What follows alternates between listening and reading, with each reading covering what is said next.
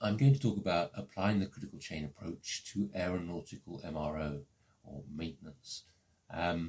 This is one industry that has been using critical chain for a long time, ever since it was invented. So for over 20 years, some of the very first organizations to use critical chain were in the maintenance of aircraft, both commercial aircraft and military. Okay, and if you look back now, these past 20 plus years, you've got the US Air Force, which is probably the largest users of the theory of constraints and critical chain in the maintenance of aircraft, right? Because they have the largest fleet in the world.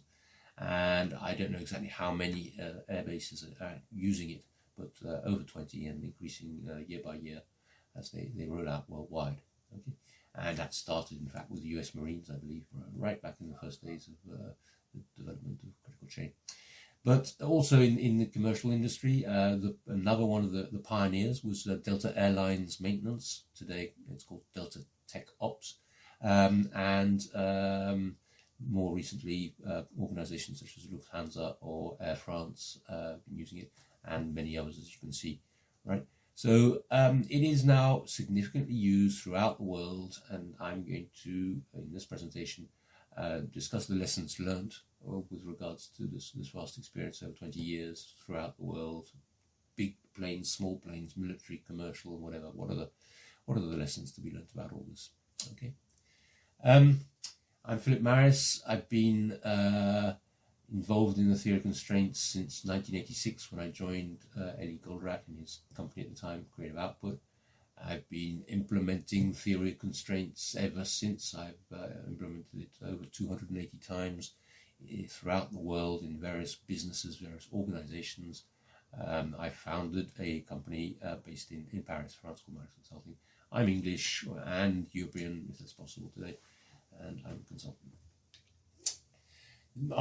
Experience of aeronautical MRO, the Embraer and Embraer executive jets, Air France, which is one of the largest MRO organizations in the world, right, with 14,000 people and a big airbase. Here in Paris, France, the Roissy airbase, where I'm based. And also others such as ABS Jets in the Czech Republic, SAPCA in Belgium on military jets, and many others. And of course the French Air Force with its 20 plus air bases throughout both in France and the rest of the world, right? And we also do other types of MRO, but today the subject is aeronautical MRO. So what's specific about aeronautical MRO? Well, I think the reason why it's been used, critical chain has been used widely in this business, is because it's much easier to calculate how much money you're making or losing with an extra day of time spent in the hangar where the airplane is not being used to sell tickets and make money, right? Or in the military arena, airplanes are often mission critical in military situations, so that there's a lot of pressure to gain an extra minute, hence the subtitle of this presentation, or an extra hour or an extra day, and you can quite easily work out what that is worth to the organization, which is less evident when you're doing things like new product development. But anyway, that's my explanation for why there are so many people in the aeronautical MRO business using critical chain, because it's proven now that it can gain days and hours in your turnaround times, and you see how much money that is worth to you.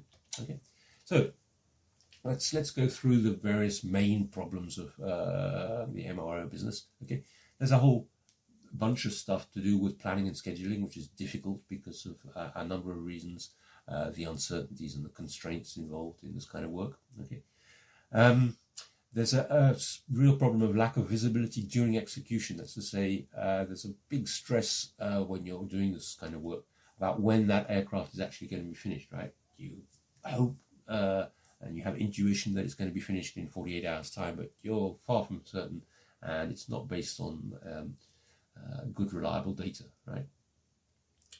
Another thing that you suffer from probably is a problem of full kitting for your mechanics. If you look at a mechanic today, he will spend a lot of time hunting down new tooling, new parts, whatever, and will therefore have reduced efficiency because of that, right? So how do you make sure that a mechanic has everything he needs to work efficiently? Then there's a whole package of stuff that comes from what is usually called in the business findings. That's to say, an aircraft comes in, especially if it's a few years old.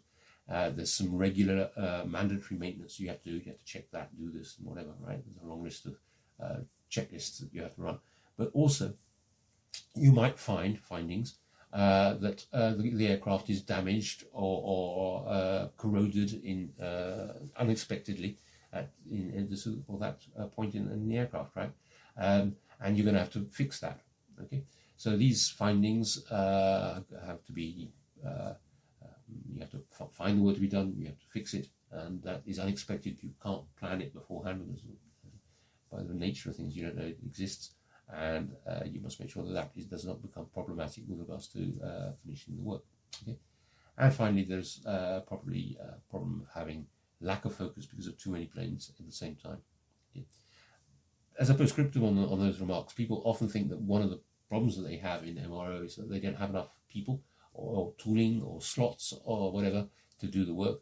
As you'll see as we go through this, that probably is not the problem, right? Since applying the critical chain approach allows you to increase efficiency, productivity significantly with a given amount of slots, given amount of people, given amount of tooling.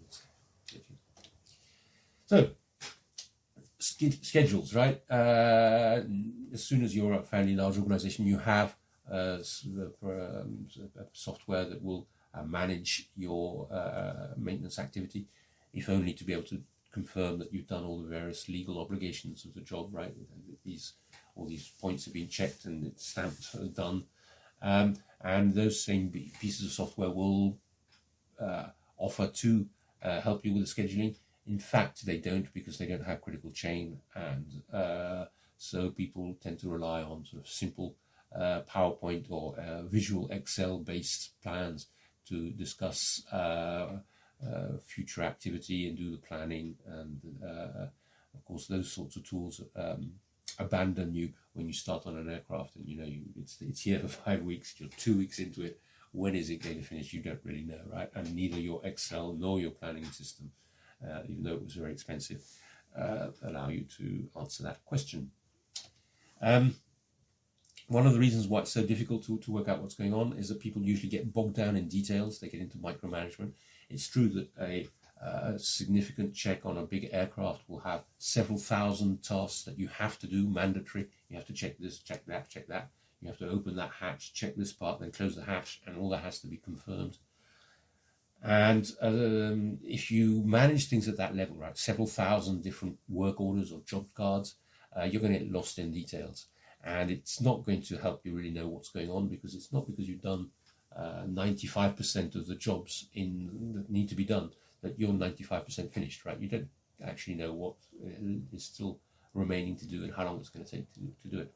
Okay, and also aircraft have a number of technical constraints and physical space constraints. A cockpit, for instance, is a fairly reduced locale, and therefore you can't have 10, 20 people working simultaneously in the cockpit, right? So you're going to have to schedule that space constraint and ensure that people can work correctly. And you're going to have various stages in the work, and you have to take into account electrical constraints, hydraulic constraints, and many others to make sure that you don't have any safety issues or whatever. Okay, and finally, of course, the number of mechanics you have is limited, and you're going to have to jungle with all that stuff. Okay. Now the mechanics, as I've said, if you follow a mechanic around during a given day, you'll find that they spend a lot of time trying to constitute a full kit, everything that they need to actually do the work, right? So they need a job card. This is what I have to do, with all the descriptions of the work to be done. Okay. In some cases, they'll need the spare parts. This part here has to be replaced by another, or I don't know yet. I'm going to check it, and if it's required, then I'm going to have to get a spare part and replace it. Quite a lot of specific tooling is required to check out this or that technical aspect of the airplane, to measure the pressure here, the tension here, whatever, the communication system here. And of course, There are various skills required, right? Depending whether it's avionics, whether it's somebody dealing with corrosion or whatever. Okay? So you're likely to find that in fact there's a lot of interruptions and not much value-added time spent by these mechanics in their hand, right? Another thing that happens is that the inspections are done too late, and these often become critical. As I say, you get findings, as I say, work that is not expected, right? Especially in an old plane. Old, I'm talking, of course, as soon as you're about 5 years old, you're going to start having significant levels of findings. And as the planes get older, in fact, it's the findings that will determine your turnaround times, right? The corrosion in particular will become such a significant issue that that will be the longest sequence of tasks, okay? Now, to avoid getting caught out by that, what is absolutely fundamental is to make sure that you inspect your aircraft as much as possible, as early as possible, and identify all the areas which might have findings, are there findings, how much work is involved, and whatever. Okay, and it's not that difficult because these planes, by their nature, if they're old, you know them quite well, right? And so you just have to look through or ask around where are the places where you're likely to have problems, and ensure that you pounce on the aircraft and really look into all the areas where there might be a problem, and identify those as early as possible. Otherwise, if you identify them too late, you're probably going to find you don't have enough time to repair them, and that's going to be the critical chain, the critical path that determines when the aircraft can be put back into service. Okay. And finally, having too many aircraft is a classic problem in MRO hangars, right? And when you do that, well, then you have to spread your resources among several airplanes. By spreading them out, work is less focused and less intense, and everything slows down, and you get into a vicious spiral. You have more and more planes, things are moving around slower and slower, right? That's Little's law, the queuing law, whatever. Okay. So, if we apply the critical chain approach to the MRO, right, maintenance, repair, overhaul of aircraft, there are a number of elements. One of them is that you plan things differently. You plan things the critical chain way, right? This usually, well, always requires using critical chain software. There are at least half a dozen suppliers of critical chain software that are compatible with this kind of business. Okay, that will then enable you to start planning the critical chain way. Okay, one of the phenomena is to estimate focus durations, optimistic durations for the different tasks, and compensate for that with buffers. And the other is to plan focused work rather than distributed work. Let's have a look at an example here. Okay. This is the example of a check C on a business jet. Okay. Before using critical chain, it used to take at least 10 weeks to do the work. And after applying critical chain, it took less than 5 weeks. Okay. The plan above shows exactly what was going on. Okay. And what is noteworthy is that between the 3rd week and the 6th week, right, you were planning, you were expecting to work on all the different bits of the aircraft all the time, right? You're spreading yourself all over the aircraft. In this particular example, there are about 20 mechanics working on the plane, right? But there'd be 2 of them working here, 1 of them working here, whatever, and 1 over in this place, okay?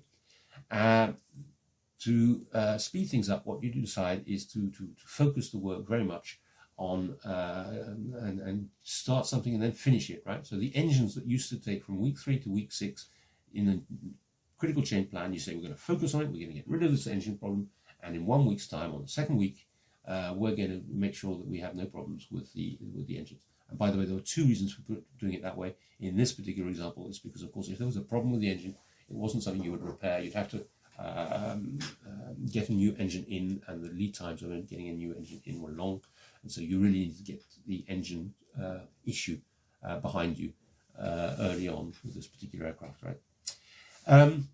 The other thing you do is to, as I said, use optimistic durations. That's to say that if you have an estimate, this task here is going to take me 50 hours or whatever of work, okay?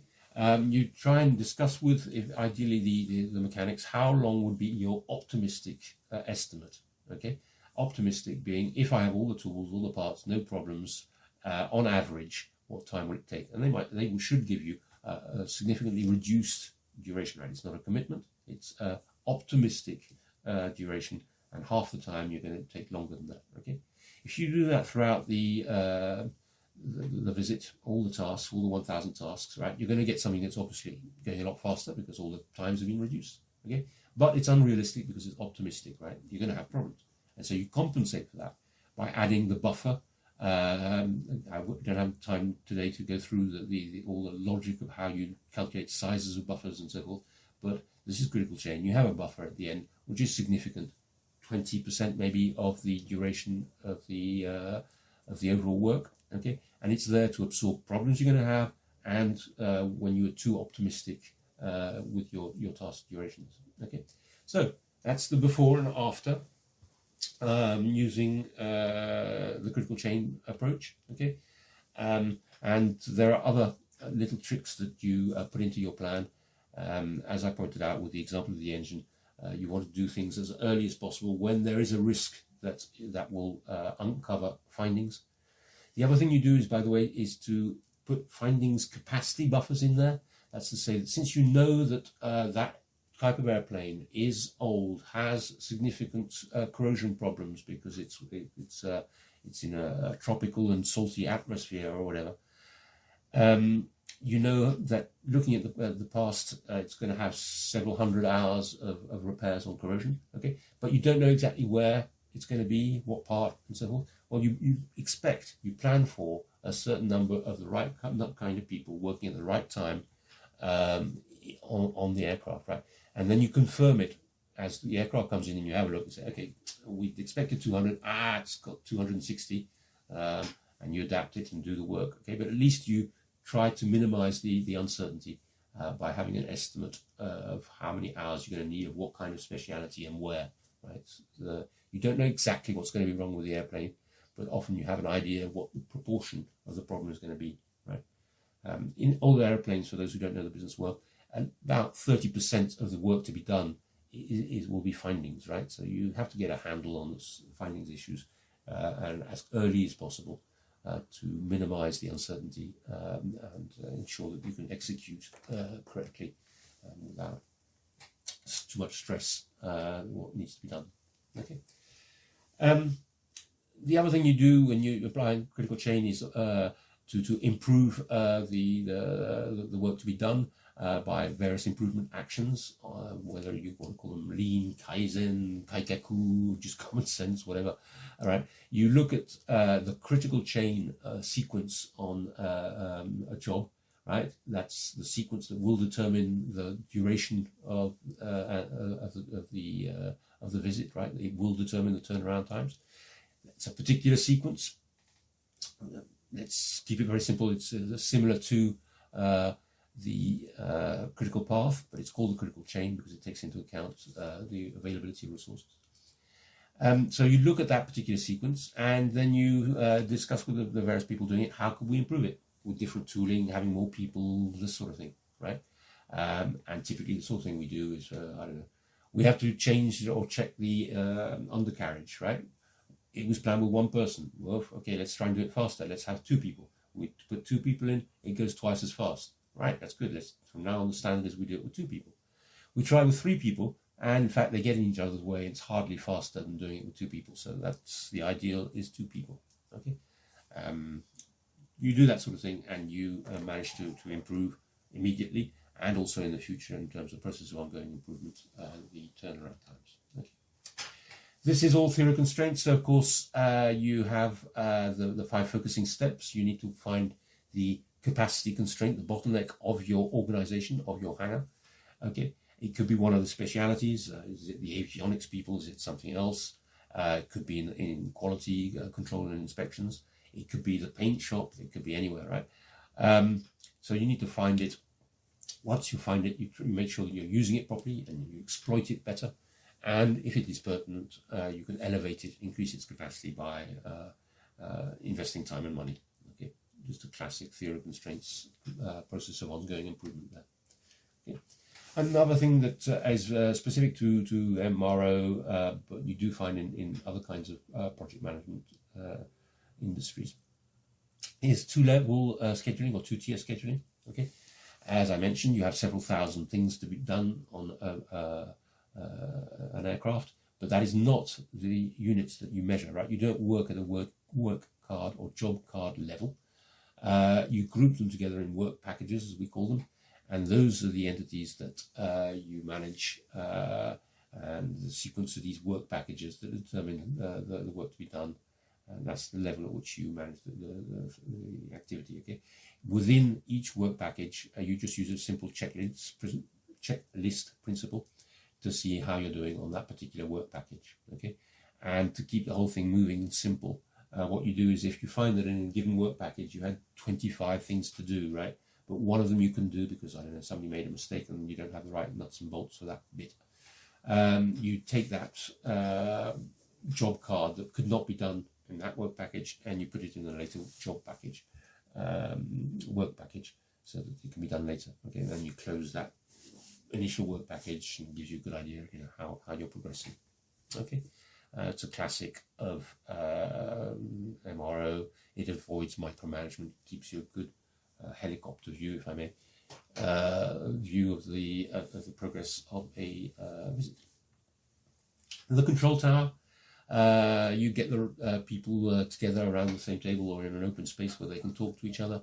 The job will be to make sure that they have the full kitting of the mechanics, that they have the tooling, they have the documentation, they have whatever it needs to work.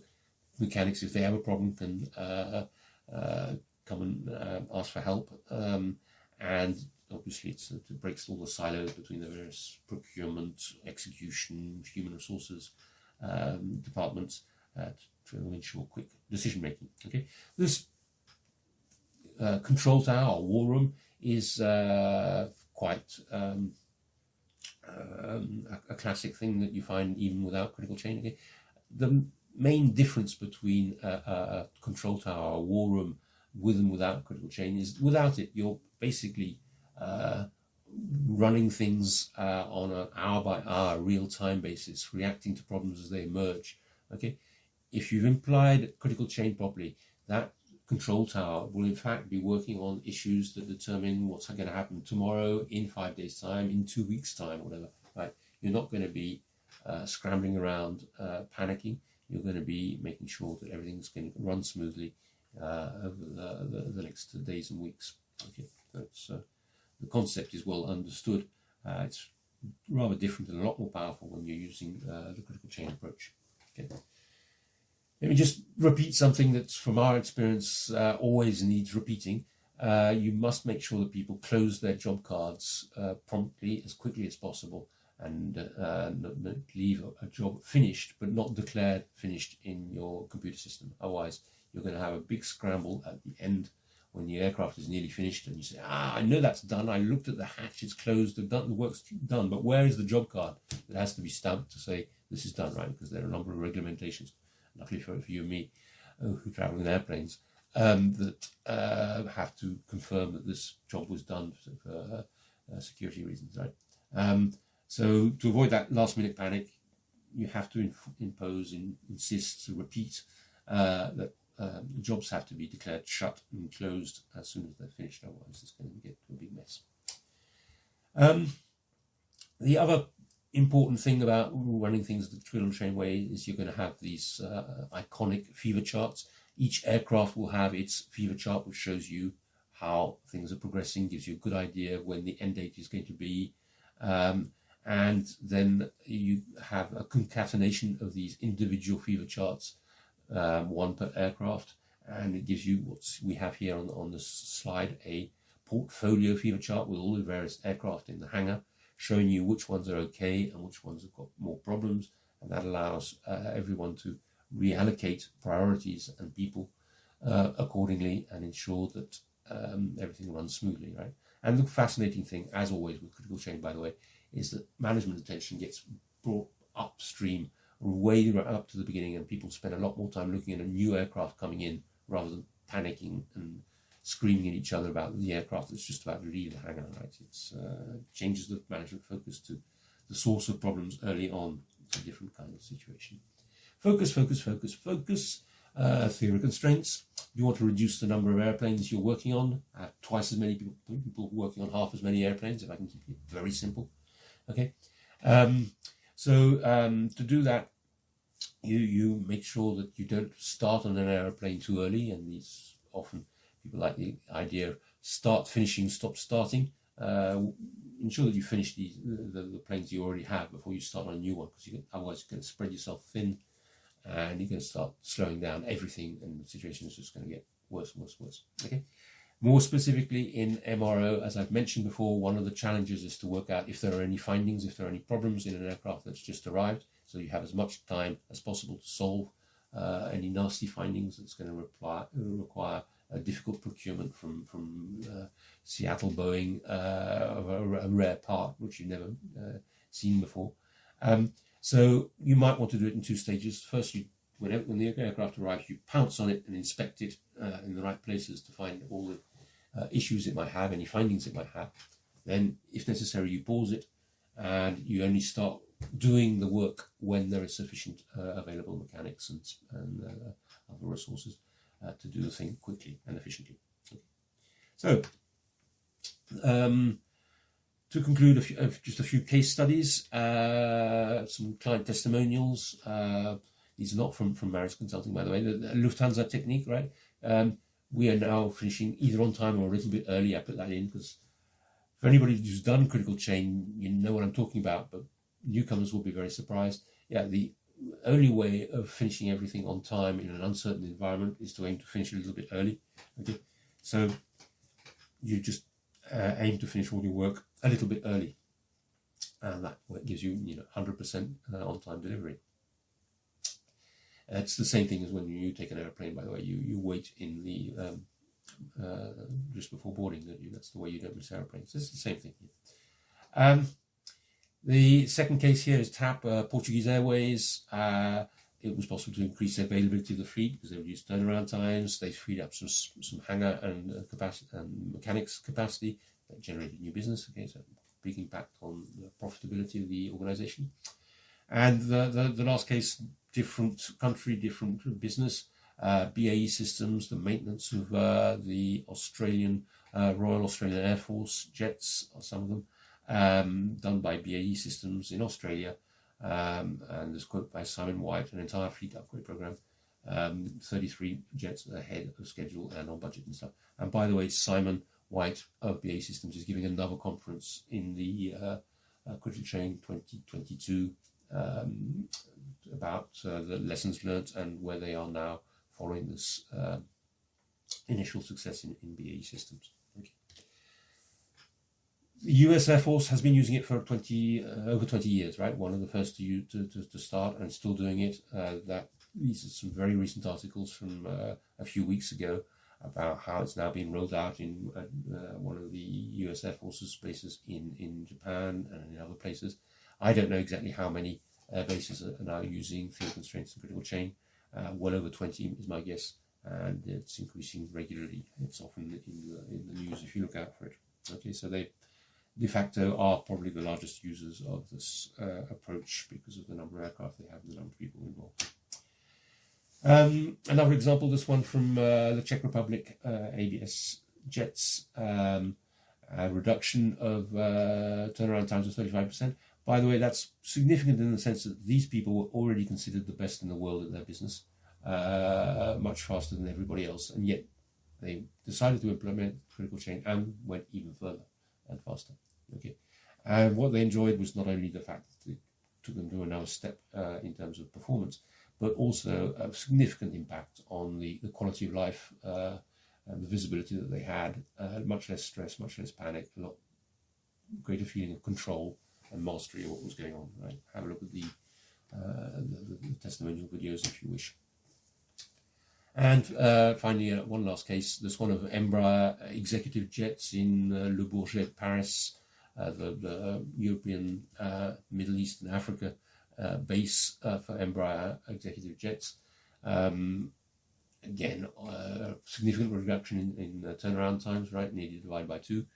But also a significant increase in productivity, which is something that most people that switch to critical chain also discover, right? Faster, more efficient, more profitable, and much better visibility, much less stress, all these sorts of things.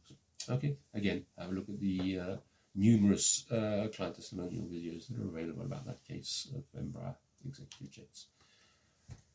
So, to conclude, well, let me just point out that there are limits within aeronautical MRO to using critical chain. In the vocabulary of aeronautical MRO, you have base maintenance and line maintenance. Line maintenance is more the stuff that you're going to be doing that is quick, such as fixing a tire that's worn out, or that sort of stuff, right? It's going to be an hour, a few hours, whatever. And base maintenance is the longer stuff, the bigger stuff, right? Going up to a check C that could take several weeks.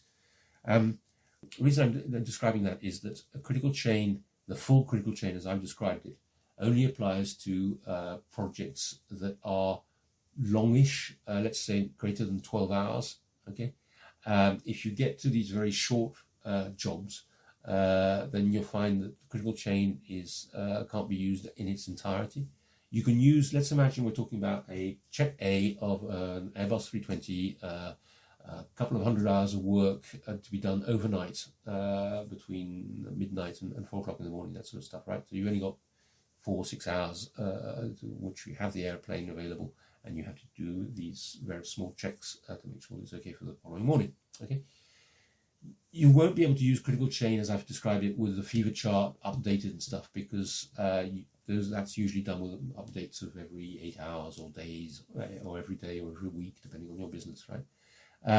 So what you can do is use the critical chain to design the work. Say, okay, I'm going to have these people do that, then those people do that, then that people do that, whatever. Right? So you design an optimal sequence of tasks to do that check A. Okay, but you won't use the fever chart with its regular update to monitor progress. Okay, that is until maybe a critical chain software provider will adapt its system to allow real-time fever chart monitoring. That doesn't exist yet. I encourage them to do so, because there are a number of these small, quick projects that would benefit from a critical chain. But that's the subject of another conference. Okay, so to conclude, I guess my question to all those listening who are in the aeronautical business but who are not using critical chain yet is, why not? It's been around now for 20 years. It's proven how efficient it is at solving these problems. The results are frankly, they will exceed your expectations, right? The turnaround times will drop by 20 to 60%. The productivity of your expensive mechanics will increase by 20 to 60%. There's rare mechanics, right? That are getting harder and harder to find. And you can, if you organize yourself correctly, you can finish nearly all your work on time, which will please everybody and make the organization a lot more stable and robust. Okay, so thank you very much for your time. If you want to learn more, there are several ways. We regularly do some critical chain training online. We can do specific in-house training specific to MRO, or do diagnostic training of your organization. There are also lots of things you can do for free. There's 300 videos on our YouTube channel, many of them about this subject. There's a critical chain website called criticalchainprojects.com. You want to visit, you can follow us on any of the social media. Thank you very much for your time. Bye-bye.